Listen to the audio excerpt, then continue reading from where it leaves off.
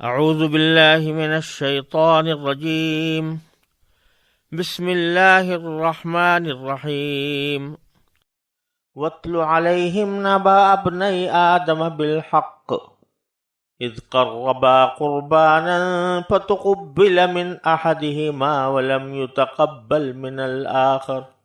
قال لأقتلنک قال انما يتقبل اللہ من المتقین لئن بسطت إلي يدك لتقتلني ما أنا بباسط يدي إليك لأقتلك إني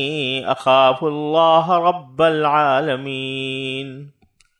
إني أريد أن تبوء بإثمي وإثمك فتكون من أصحاب النار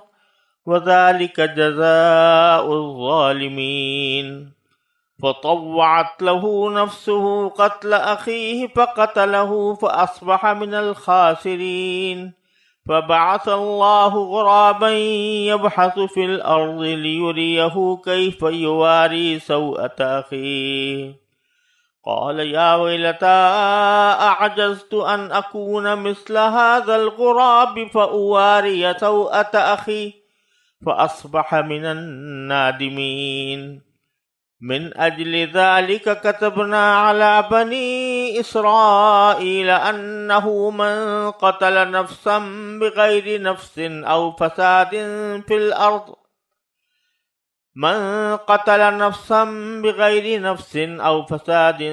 الأرض فكأنما قتل الناس جميعا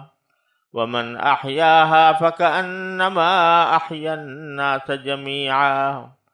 وَلَقَدْ جَاءَتْهُمْ رُسُلُنَا بِالْبَيِّنَاتِ ثُمَّ إِنَّ كَثِيرًا مِّنْهُمْ بَعْدَ ذَلِكَ فِي الْأَرْضِ لَمُسْرِفُونَ۔ یہ سورہ مائدہ کی آیات ہیں جو آیت نمبر 27 سے شروع ہو کر آیت نمبر 32 پر ختم ہوئی ہیں۔ ان کا ترجمہ یہ ہے، اور اے پیغمبر ان کے سامنے آدم کے 2 بیٹوں کا واقعہ ٹھیک ٹھیک پڑھ کر سناؤ۔ جب دونوں نے ایک ایک قربانی پیش کی تھی اور ان میں سے ایک کی قربانی قبول ہو گئی اور دوسرے کی قبول نہ ہوئی، تو اس دوسرے نے پہلے سے کہا کہ میں تجھے قتل کر ڈالوں گا۔ پہلے نے کہا کہ اللہ تو ان لوگوں سے قربانی قبول کرتا ہے جو متقی ہوں، اگر تم نے مجھے قتل کرنے کو اپنا ہاتھ بڑھایا تب بھی میں تمہیں قتل کرنے کو اپنا ہاتھ نہیں بڑھاؤں گا۔ میں تو اللہ رب العالمین سے ڈرتا ہوں۔ میں تو یہ چاہتا ہوں کہ انجام کار تم اپنے اور میرے دونوں کے گناہ میں پکڑے جاؤ اور دوزخیوں میں شامل ہو، اور یہی ظالموں کی سزا ہے۔ آخر کار اس کے نفس نے اس کو اپنے بھائی کے قتل پر آمادہ کر لیا، چنانچہ اس نے اپنے بھائی کو قتل کر ڈالا اور نامرادوں میں شامل ہو گیا۔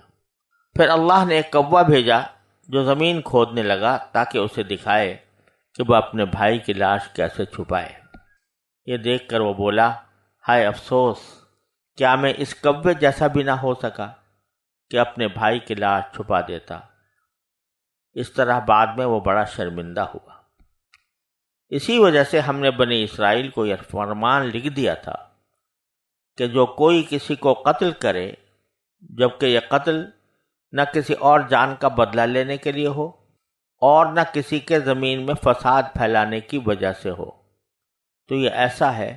جیسے اس نے تمام انسانوں کو قتل کر دیا، اور جو شخص کسی کی جان بچا لے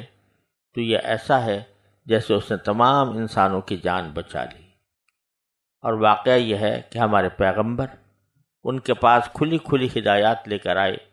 مگر اس کے بعد بھی ان میں سے بہت سے لوگ زمین میں زیادتیاں ہی کرتے رہے۔ ان آیات کا ماقبل سے ربط یہ ہے کہ پیچھے بنی اسرائیل کی بزدلی کا بیان کیا گیا تھا کہ ان کو جب عمالقہ سے جہاد کے لیے کہا گیا تو انہوں نے اس سے منہ موڑ لیا اور صریح گستاخی کے ساتھ اس حکم کو رد کر دیا۔ دوسری طرف جو حضرت یوشع، حضرت کالب علیہ السلام انہوں نے ان سے کہا تھا کہ تم ہمت کرو تو اللہ تبارک و تعالیٰ تمہاری مدد کرے گا۔ تو جہاد کے اندر ضرورت ہوتی ہے ایک تو شجاعت کی اور دوسرے انصاف کی، کہ آدمی جو عمل بھی کرے وہ انصاف کے ساتھ کرے، لہذا زمین کے اندر فساد پھیل رہا ہو تو بے شک اس کو روکے، لیکن بغیر اس کے کہ کسی شخص کا کوئی جرم ہو اس کے اوپر حملہ آور ہو جانا یہ کسی طرح بھی جائز نہیں ہے۔ اسی بات کو اللہ تبارک و تعالیٰ نے ان آیات میں حضرت آدم کے 2 بیٹوں کے قصے سے ثابت کیا۔ چنانچہ یہ فرمایا کہ ان کو آدم کے 2 بیٹوں کا حال سناؤ، ان کی خبر سناؤ۔ آدم کے 2 بیٹے، یہ تو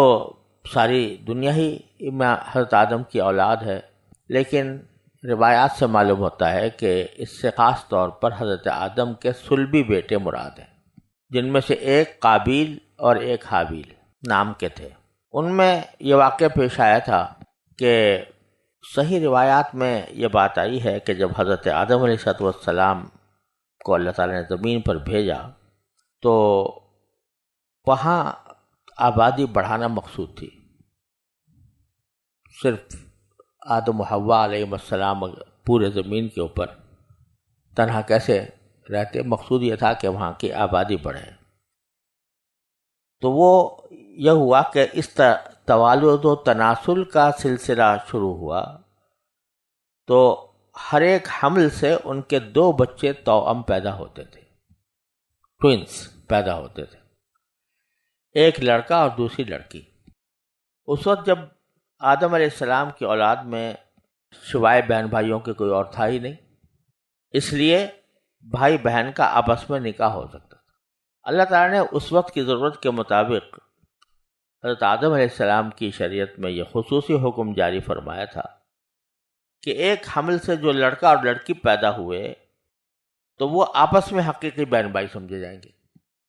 اور ان کے درمیان نکاح حرام ہوگا، لیکن دوسرے حمل سے پیدا ہونے والے لڑکے کے لیے پہلے حمل سے پیدا ہونے والی لڑکی سے نکاح کرنا جائز ہوگا، وہ اس کی حقیقی بہن کے حکم میں نہیں ہوگی۔